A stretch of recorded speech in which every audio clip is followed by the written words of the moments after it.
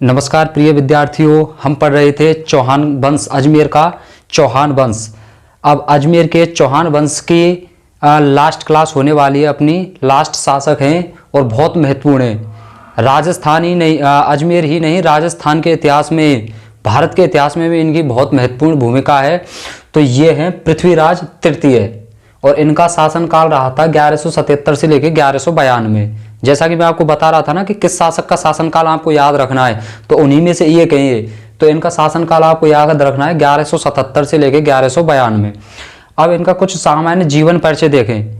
यहाँ से प्रश्न आने की संभावना बहुत ज़्यादा होती है, यहाँ से प्रश्न आने की संभावना बहुत ज़्यादा होती है। जैसे पृथ्वीराज चौहान हैं, हमीर देव हैं, कानड़ देव हैं, और मेवाड़ की बात करें तो महाराणा सांगा जी हैं, महाराणा प्रताप जी हैं। तो ऐसे कुछ शासक हैं जहां से प्रश्न आने की बहुत ज़्यादा संभावना होती है। आमेर के मान सिंह हैं, सवाई जय सिंह हैं। तो ये ऐसे शासक हैं जो यहाँ से प्रश्न बहुत ज़्यादा आते हैं। तो इसलिए हमें इनके हर एक पॉइंट को अच्छे तरीके से पढ़ना है और अच्छे तरीके से ध्यान देना है। तो देखिए, सामान्य जीवन परिचय में अगर इनकी उपाधि देखें तो इनको भारतेश्वर, दलपुंगव, राय पिथौरा और अंतिम हिंदू सम्राट के नाम से जाना जाता है। दलपुंगव बोलते हैं विश्व विजेता को, और इनको अंतिम हिंदू सम्राट कहा है डॉक्टर दशरथ शर्मा ने। तो आपसे उपाधियां पूछेगा कि बताइए राय पिथौरा किसको कहते हैं, या किसे जाना जाता है राय पिथौरा के नाम से, या दलपुंगव के नाम से किसे जाना जाता है। तो आपका उत्तर होगा पृथ्वीराज चौहान तृतीय। अब देखिए, इनके पिता का नाम था सोमेश्वर चौहान, जो इससे पहले अजमेर के शासक थे, वही सोमेश्वर चौहान इनके पिताजी थे। और इनकी माता का नाम था कर्पूरी देवी। इनका जन्म हुआ था 1166 में, और इनका जन्म हुआ था गुजरात के अनिलवाड़ा जगह पर। यहाँ पर गुजरात है दक्षिण पश्चिम में। आपको पता है कि सोमेश्वर चौहान की जो माता थी कंचना देवी, वो अजमेर से निकल के आ गई थी अपने भाई के पास, पीहर कुमारपाल के पास। तो यहीं पर सोमेश्वर चौहान की शादी हुई गुजरात में ही, और यहीं पर अनिलवाड़ा गुजरात में ही पृथ्वीराज चौहान जी का जन्म हुआ 1166 में। पृथ्वीराज चौहान जी के एक भाई है हरिराज, उनका जन्म हुआ 1167 में।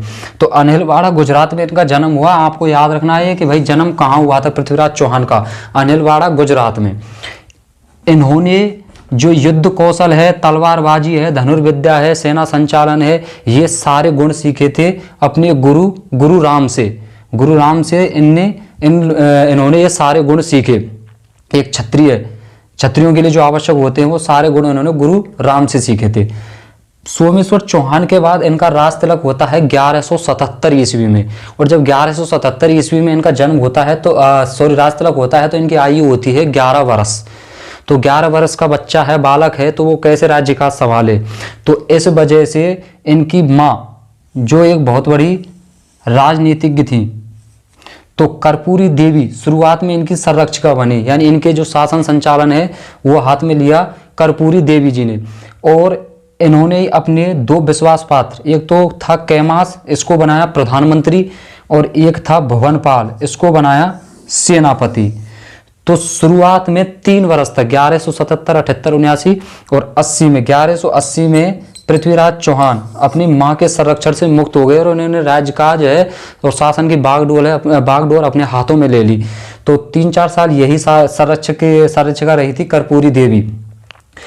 उसके बाद 1180 में पृथ्वीराज चौहान ने स्वयं अपने हाथों में अपने शासन की बागडोर संभाली थी। ठीक है, अब देखिए आगे पृथ्वीराज चौहान के पंचवीर या पंचपीर।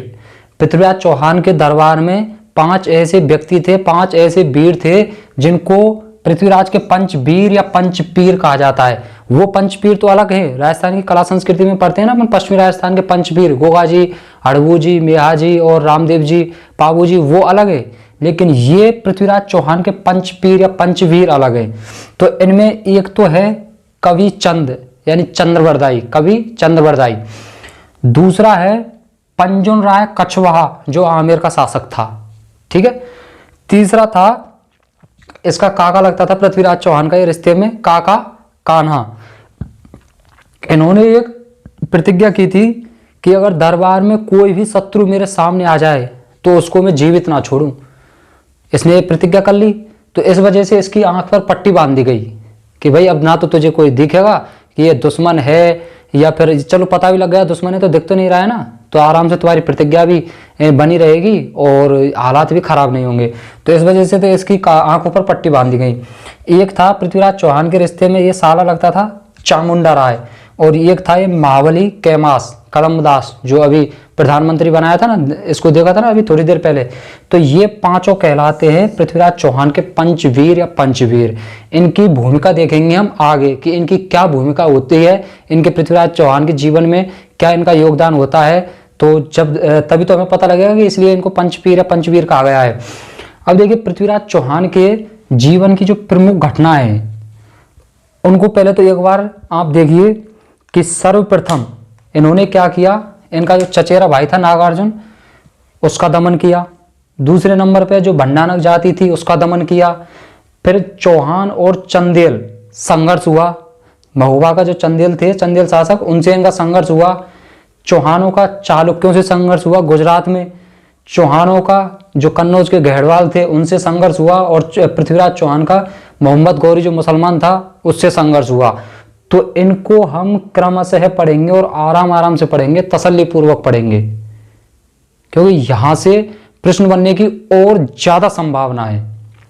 जो भी चीजें पिछली बताई हैं प्रश्न तो वहां से भी बनते हैं, लेकिन अगर संभावना की बात करें तो संभावना प्रश्न बनने की यहां से ज्यादा संभावना बनती है।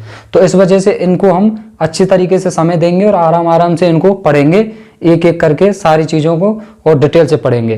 क्योंकि पृथ्वीराज चौहान जी का जो इतिहास वर्णन है वो इनके दरबारी कवि पृथ्वीराज जो चंद्रवरदाई हैं उन्होंने पृथ्वीराज रासो में किया है, लेकिन जो अभी के जो इतिहासकार हैं पृथ्वीराज रासो में जो वर्णन है उसको कम सत्य मानते हैं। लेकिन ये भी बिल्कुल सही बात है कि अगर पृथ्वीराज रासो को ना देखें तो पृथ्वीराज चौहान जी का जो इतिहास है ये समझो कि अंधेरे में है। तो हम पृथ्वीराज रासो है उसका भी सहारा लेंगे, क्योंकि उसी से ही फिर इनका इतिहास थोड़ा रोचक बनेगा और इंटरलिंक करेंगी घटनाएं।